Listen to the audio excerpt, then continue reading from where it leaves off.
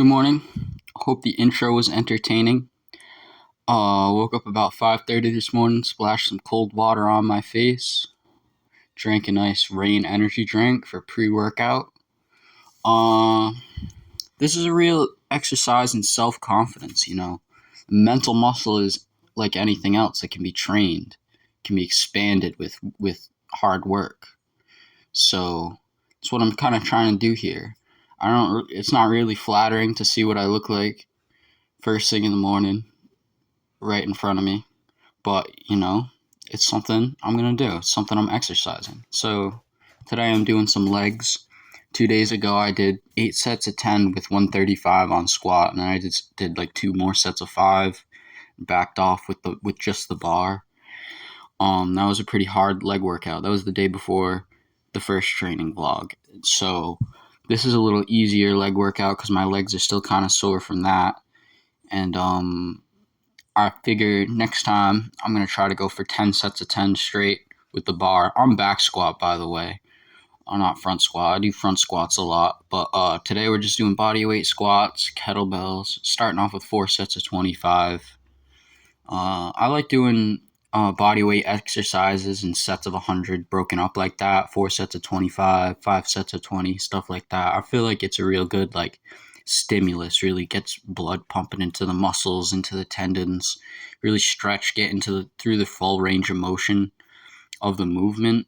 I feel like it's more beneficial than just trying to do sets of 5 with a barbell on barbell exercises, because sometimes if you're doing 100 reps, say, then every rep is not going to count as much as, say, if you're doing 5 sets of 5 on back squat. Then because it's just such a different amount of volume, the stimulus is so much less on your central nervous system. So it's a similar response because it's maximal effort, but at the same time, it's such high volume that it's not too much stress. So something like heavy squats would be a lot of stress. Something like this is a lot less stress, which is why I would program it after a heavy leg workout to do body weight squats, because it really helps recover from the heavy workout while also kind of training at the same time, getting some extra reps in. Because it's really a reps race when you think about it.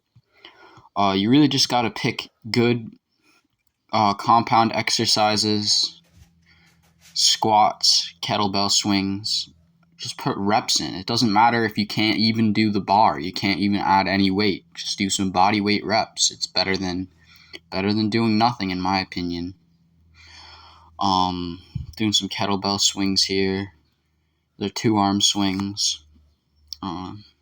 Kettlebell swings, I would say, if you can only get one piece of equipment to train at home, you don't even need a gym membership. This thing, when you think about it, it'll cost less than a gym membership. 25-pound kettlebell, it's probably around $25, $30. I had this one just lying around in my basement for free. I've been using it for a while, but if you can get one piece of equipment, get a 25, 30-pound kettlebell and do swings. Just do hundreds of swings. It's gonna light up your whole posterior chain, all the muscles in your legs, the muscles in your back and your spine. It's gonna teach you how to hinge your hips correctly. It's good for shoulders. Really get a kind of a pump in your shoulders and your forearms as well, and your traps from holding the kettlebell. And if you just don't have any experience, it's a really easy exercise to get the form down. You kind of just hinge at your hips, thrust it forward. Real basic. You could probably watch a YouTube video. Maybe I'll make a tutorial at some point about the kettlebell swing. It's a good idea, actually. I'll write that down. But not like I'm a personal trainer or anything, but I've done lots of kettlebell swings. When I first started working out, that's all I did. I did 100 kettlebell swings every single day. And then I started doing sit-ups and push-ups and other stuff, adding in. But if you can only do one thing, get a kettlebell. Not only for just the kettlebell swings, but I actually have a chart up in my gym that has like bunches of kettlebell exercises that you could do. You can get a whole full body workout in. And I feel like this is not new information to a lot of people. Um I've heard that on the Joe Rogan podcast he talks about it a lot. He likes kettlebell workouts. Um a lot of other people like kettlebell workouts, but it's a really good thing to add just a lot of volume, and it's not too intense, and really helps build form and stability for other exercises, for more intense exercises like barbell lifts. But yeah, if you've never done anything like a deadlift or a squat before, and you just try to go and you try to add weight to the bar, it's not, and you've never lifted anything in your life, never lifted anything heavy with proper form, you're not gonna have the mobility, you're not gonna have the spine strength and the coordination in your hips to kind of do it right. But you probably would be able to do a kettlebell swing. Here's some one arm swings. These are a little harder on the grip, on the arm, kind of, but they're good for the core. You get kind of like it works one side of the core at a time. Um, and it's a good progression for when you kind of advance. You're able to do like sets of 50 with the two-handed swings easily, and yeah, and then you just kind of graduate to being able to do it one-handed. Um,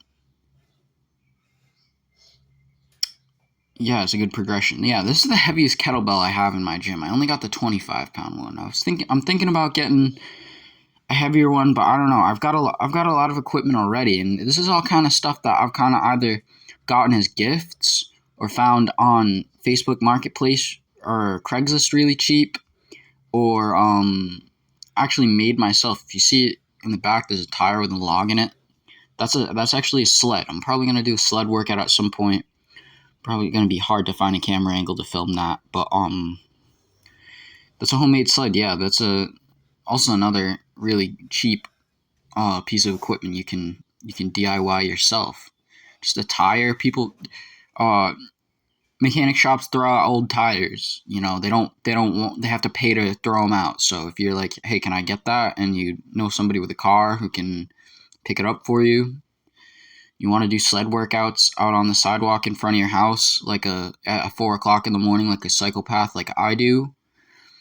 I mean, go for it. You're my type of person. But yeah, that's what I really suggest. And that log was free. That was just a log that was in the wood pile in my backyard. It's real heavy.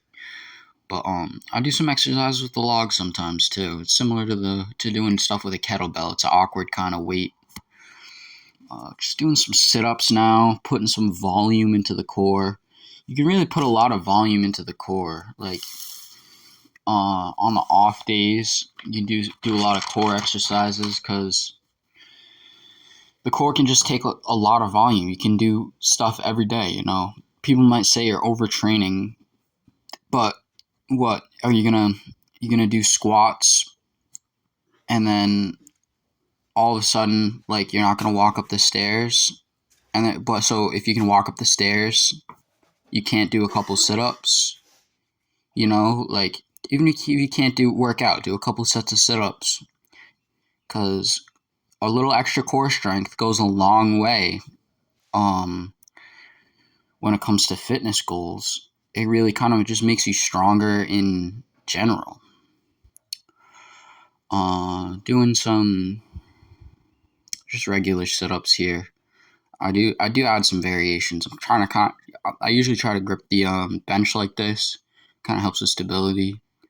But sometimes I do straight-legged sit-ups or sit-ups with a weight. I did some weighted sit-ups later on, kind of like a drop set.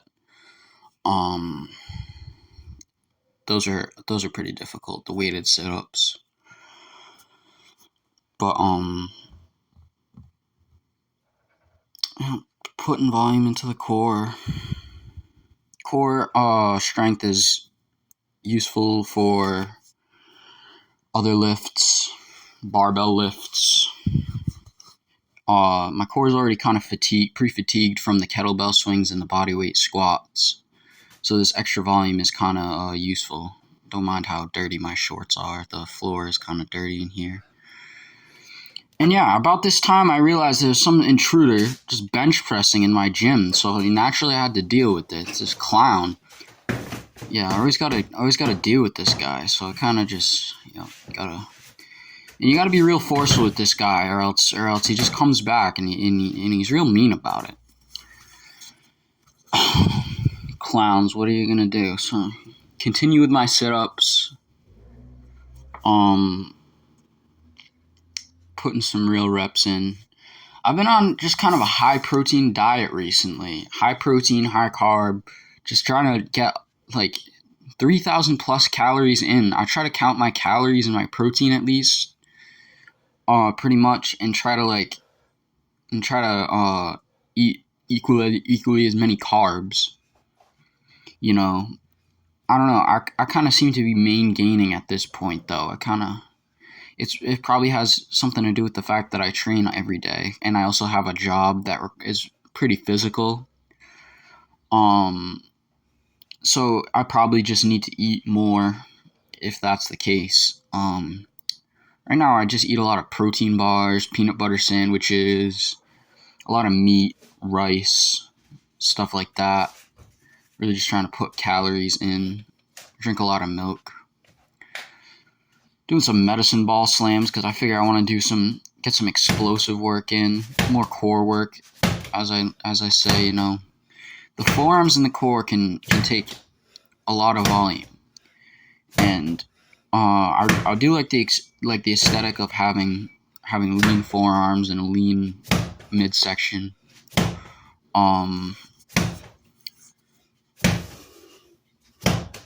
Yeah, that's something I feel like a lot of guys my age kind of strive for.